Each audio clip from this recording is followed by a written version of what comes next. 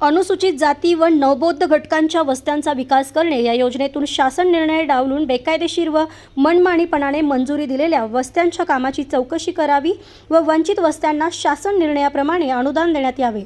सांगली जिल्हा परिषदेसमोर याकरिता आंबेडकरी समाजाच्या ठिय्या आंदोलनाला शिवसेना ठाकरे गटाच्या वतीने जाहीर पाठिंबा दिला आहे। शिवसेना नेते प्राध्यापक सिद्धार्थ जाधव यांनी आंदोलनकर्त्यांची भेट घेतली।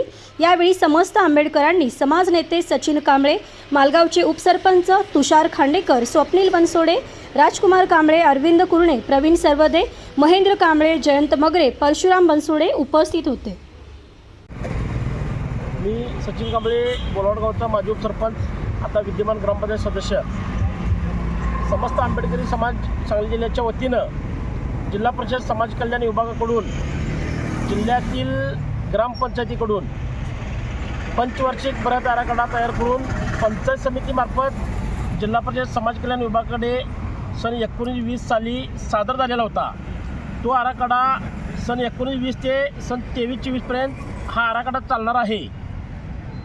जिल्हा परिषदेच्या समाज कल्याण विभागाने या ठिकाणी लोकसंख्येच्या निकषानुसार त्या वस्त्यांना अनुदान देणे गरजेचे असताना समाज कल्याण विभागाच्या समितीने या ठिकाणी शासन निर्णय डावलून जिल्ह्यातील पालकमंत्री, आमदार, खासदार यांच्या शिफारशी घेऊन या ठिकाणी बेकायदेशीररित्या आणि मनमानीपणाने जो निधी दिलेला आहे त्या कामांची चौकशी होणं गरजेचं आहे।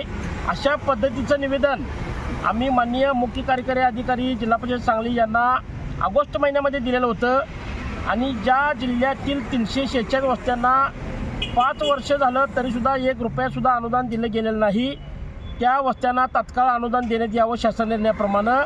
आणि ज्या वस्त्यांना बेकायदेशीररित्या निधीचं वाटप केलेलं आहे लोकप्रतिनिधीच्या शिफारशी घेऊन त्याची चौकशी करावी, अशा पद्धतीची मागणी आम्ही माननीय मुख्य कार्यकारी अधिकारी, माननीय जिल्हाधिकारी, माननीय विभागीय आयुक्त आणि माननीय समाज कल्याण आयुक्त पुणे यांच्याकडे केलेले असतानासुद्धा या गंभीर गोष्टीची प्रशासनानं दखल घेतली नसल्यामुळं दिनांक 16/1/2024 पासून या ठिकाणी जिल्हा परिषद कार्यालयासमोर समस्त आंबेडकरी समाजाच्या वतीनं बेमुदत ठिय्या आंदोलन या ठिकाणी आपण चालू केलेलं आहे। आज येथे समस्त आंबेडकरी समाजाच्या वतीनं जे उपोषण चालू केलेलं आहे आणि आमचे बांधव सचिन कांबळे, तसेच खांडेकर आणि इतर माझे दलित मित्र हे ज्यात उपोषणाला बसलेले आहे, आज मला सांगण्यास अत्यंत दुर्दैव होते की आमचा पालकमंत्री, आमचा आमदार, आमचा मंत्री हा मागासवर्गीय आहे आणि मागासवर्गीय मंत्र्याच्या विधानसभे मतदारसंघामध्ये आज मागासवर्गीय लोकांच्यावर अन्याय होतोय, ही अत्यंत दुर्दैवाची गोष्ट आहे। आमचे पालकमंत्र्यांनी विचार केला पाहिजे की आपण आज आहोत कुणामुळे। आज तुम्हाला खाडे साहेब कोण कशामुळे म्हणता येतात? डॉक्टर बाबासाहेब आंबेडकरांनी जे आपल्याला आरक्षण दिलं आणि जी तुम्हाला संधी दिली त्यामुळं तुम्ही आज आमदार मंत्री झालेला आहे। ह्याची फक्त पुण्य आहे तुमची नसून बाबासाहेब आंबेडकरांची। यात तुमचं कर्तृत्व शून्य आहे, परंतु डॉक्टर बाबासाहेब आंबेडकरांच्या आज कार्यामुळं जो महाराष्ट्र शासनानं जो निधी दिलेला आहे दलित वस्तीमध्ये दलितांची प्रगती करण्यासाठी, दलित वस्त्यांची सामाजिक सुधारणा करण्यासाठी, त्या निधीचं अंधाधुंदपणे वाटप या पालकमंत्र्यांनी केलेलं आहे। जिथं निधी नको आहे तिथं निधी डबल दिलेला आहे, जिथं निधीची गरज आहे तिथं निधीच दिलेला आहे।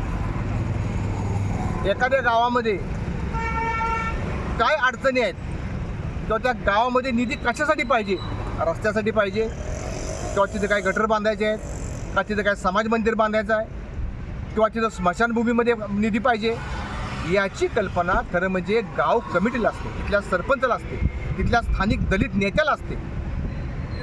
त्या दलित नेत्याचा विचार न घेता, त्या कुठल्याही गावातल्या कमिटीला न विचारता या पालकमंत्र्यांनी जिथं स्वतःचे बगलबच्चे आहेत त्या बगलबच्चे ज्या ठिकाणी आहेत त्या ठिकाणी दुप्पट तिप्पट आज निधी दिलेला आहे आणि बाकीच्या ग्रामपंचायत किंवा ज्या दलित वस्त्या आहेत त्या सगळ्या त्यांनी आज वंचित ठेवलेल्या आहेत। तर मित्रांनो, माझं असं सांगणं आहे की ज्या पद्धतीनं सचिन कांबळेंची जी मागणी आहे ती मागणीचा मी अभ्यास केला.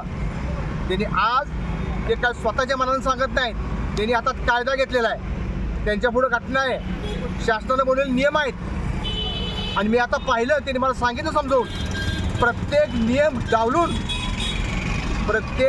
डावलून त्यांनी आज निधी वाटप केलेलं आहे. तर या त्यांच्या कार्यपद्धतीला आमचा पूर्ण विरोध आहे. आणि माझं आंबेडकर समाजाच्या वतीनं हे जे सचिन भाऊनी जे एक प्रकारचं जे आंदोलन केलेलं आहे त्या आंदोलनाचा जाहीर पाठिंबा. जय हिंद, जय महाराष्ट्र, जय भीम.